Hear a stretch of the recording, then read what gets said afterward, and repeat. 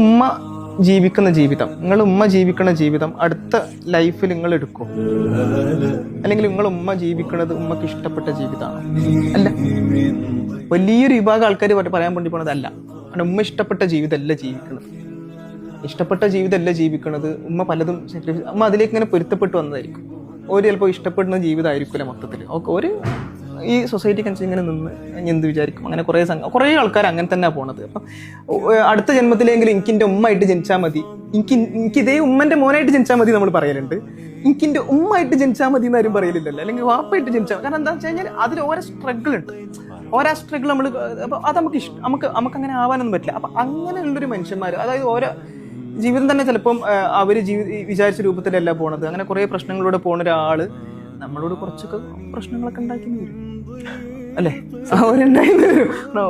ഒരേ പോണത് അങ്ങനെയാണ്. അപ്പോൾ പിന്നെ അവർക്ക് ഒരു കുറേ കൂടി മനസ്സിലാക്കണം. പോസിബിലിറ്റി ഇല്ല.